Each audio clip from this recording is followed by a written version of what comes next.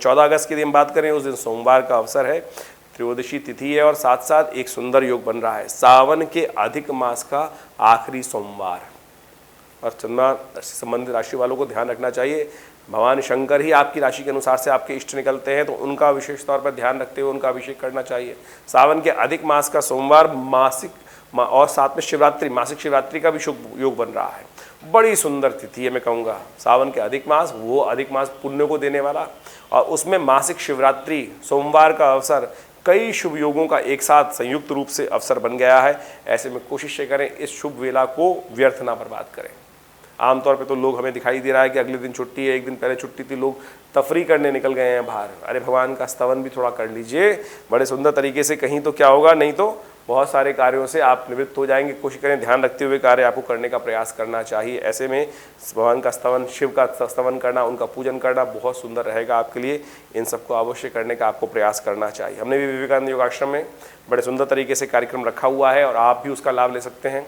और ये कार्यक्रम रहेगा भगवान शंकर का शाम को 6 बजे से लेकर रात्रि के 8 बजे तक बड़ा विशाल रुद्राभिषेक रहेगा। दूध से, दही से, इच्छू रस से, तिलोदक से, तेल से, भस्म से, विजया से यानी भंग से, इन सब के द्वारा भगवान का सुंदर तरीके से रुद्राष्टाध्यायी का पाठ चलते हुए आप इसको लाइव देख सकते हैं आचार्य वाणी के फेस पेज पे जाकर, और जुड़ सकते हैं शाम को हमारे साथ। और बड़ा सुंदर योग बनाने वाला है। ग्रहों का योग आपके लिए अनुकूल बना हुआ है। नई उम्मीदों के साथ ये दिन शुरू होता दिखाई दे रहा है। भगवान का स्तवन करते हुए आपको यदि काम करेंगे तो बहुत सुंदर योग बनने के आपके लिए योग दिखाई देते हैं। एक बात का ध्यान रखिएगा, भद्रा विद्यमान होने जा रही है दोपहर को सुबह 10:26 के बाद, उसके बाद रात्रि तक रहेगी।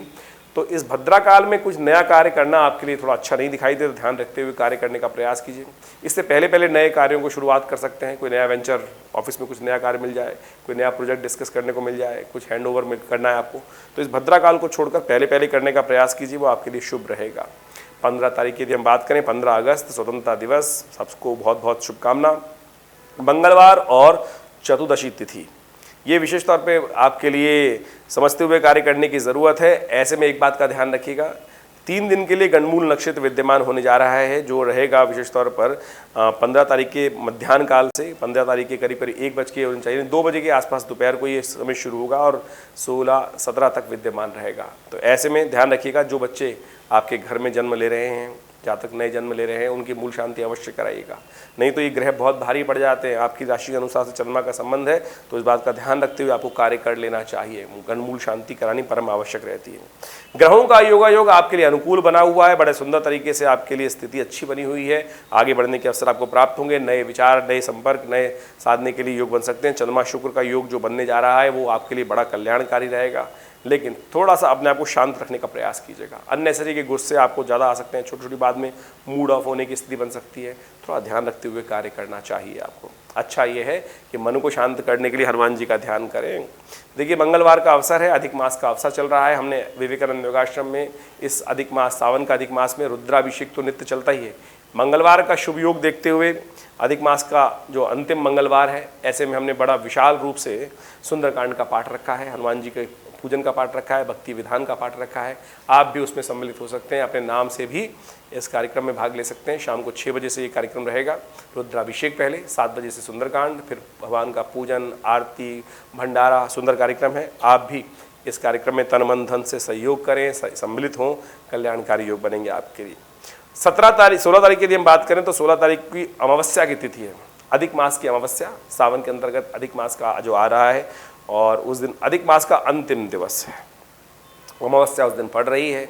और ग्रहों का योग आपके लिए ओवरऑल अनुकूल दिखाई देता है। आगे विशेष तौर पे आपको ध्यान रखते हुए कार्य करना चाहिए। मन आपका बहुत सारा आगे बढ़ने के योग बना सकता है, लेकिन शुक्र के साथ चंद्रमा का योग जो लग्न में हुआ है, ये विशेष तौर पे थोड़ा सा नेगेटिव तरफ ले जा सकता है व्यक्ति को। थोड़ा सा अनेक प्रकार से मन घर में नहीं लग रहा है, बाहर घूमने को रह सकता है, थोड़ा आलस प्रवृत्ति उत्पन्न कर सकता है, थोड़ा सा ऐसा हो सकता है कि मन थोड़ा सा नेगेटिव तरफ चला जाए।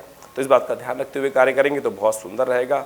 ऐसे में आपको उपाय के तौर पर गऊ के लिए निमित्त ग्रास निकालना चाहिए, अपने पितरों के निमित्त गायत्री जप करना चाहिए, तर्पण करना चाहिए, किसी ब्राह्मण को भोजन कराना चाहिए। ये सारे उपाय कर आप लाभ ले सकते हैं। वहीं 17 अगस्त की यदि हम बात करें तो उस दिन बृहस्पतिवार का अवसर है, सावन का शुद्ध रूप से शुक्ल पक्ष आरंभ हो रहा है, प्रतिपदा की तिथि है और साथ साथ प्रतिपदा के साथ संक्रांति भी है।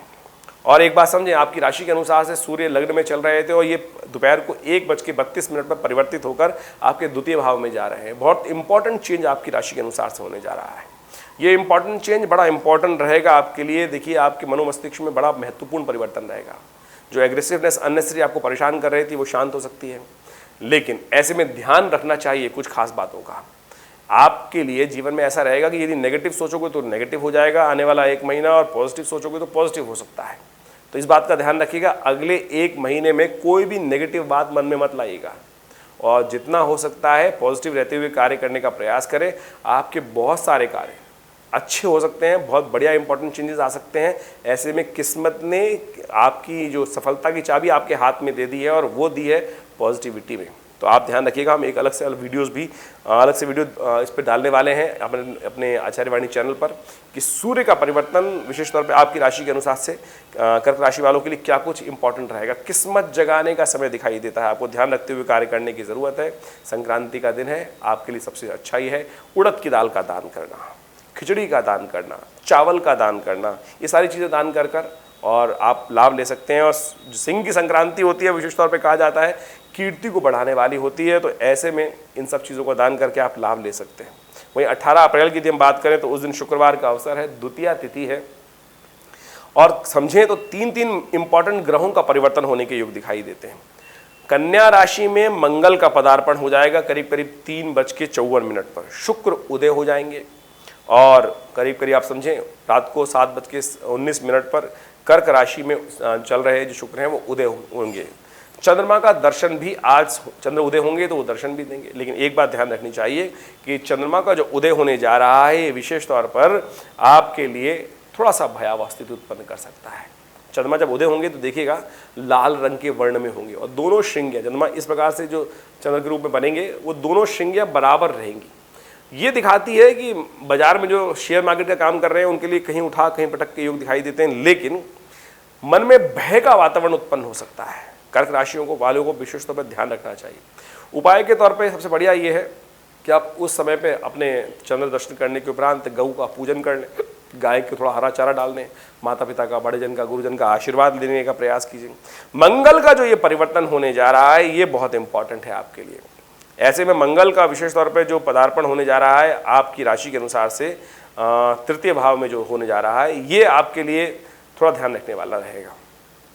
ऐसे में आपके लिए विशेष तौर पर क्योंकि शनि महाराज के साथ षष्ठाष्टक योग जो बनने जा रहा है मंगल का, ये अननेसेसरी की क्लैश उत्पन्न कर सकता है, अननेसेसरी के मनोमस्तिष्क में व्यवधान उत्पन्न कर सकता है। हम अलग से एक वीडियो बनाएंगे इसके ऊपर, उसको आप अच्छे समझकर कार्य करना चाहिए आपको।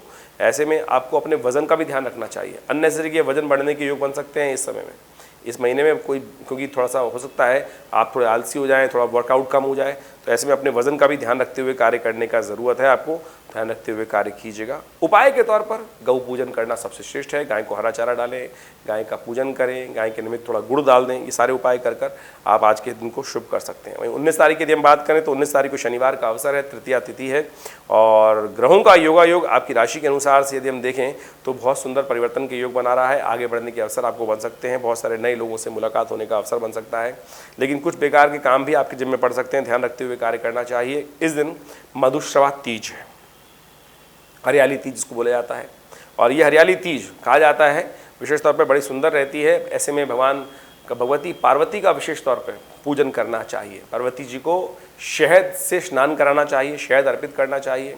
भगवान शंकर का विशेष तौर पर शहद के द्वारा अभिषेक करना चाहिए। और ऐसे में यदि शनि को आप अनुकूल करना चाहते हैं तो विशेष तौर पर भगवान शंकर का स्तवन करते हुए शहद के द्वारा भगवान पर यदि अभिषेक करेंगे तो बहुत सारे शनि के दोष आपके जीवन से दूर होने के अवसर बन सकते हैं। तो इस शुभ तिथि को अवश्य कार्य करने का आपको प्रयास करना चाहिए।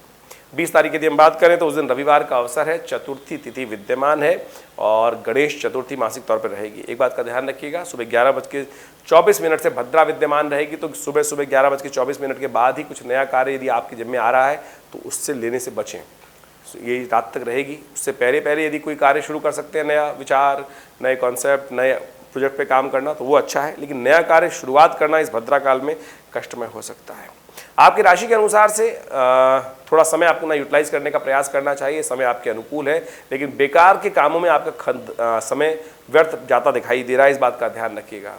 केवल एंटरटेनमेंट में या केवल घूमने फिरने में इस समय को बर्बाद न करें। अपने कामों को अच्छे से यूटिलाइज करने का प्रयास करें, पराक्रम अच्छा रहेगा। लेकिन आपके मित्र, रिश्तेदार, आपके दोस्त आपके समय को खराब करने की स्थिति उत्पन्न कर सकते हैं। जो बच्चे हैं और माता पिता जो हैं उनको ध्यान रखना चाहिए कि बच्चों का समय, ऐसे इस राशि वाले बच्चों का बेकार कामों में समय खराब ना हो। तो इस बात का ध्यान रखते हुए कार्य करेंगे तो बड़ा सुंदर रहेगा। तो ये था आपका अगस्त के मध्यकाल का जो क्या कुछ ग्रहों का प्रभाव है, इसको समझते हुए आप कार्य करने का प्रयास करें।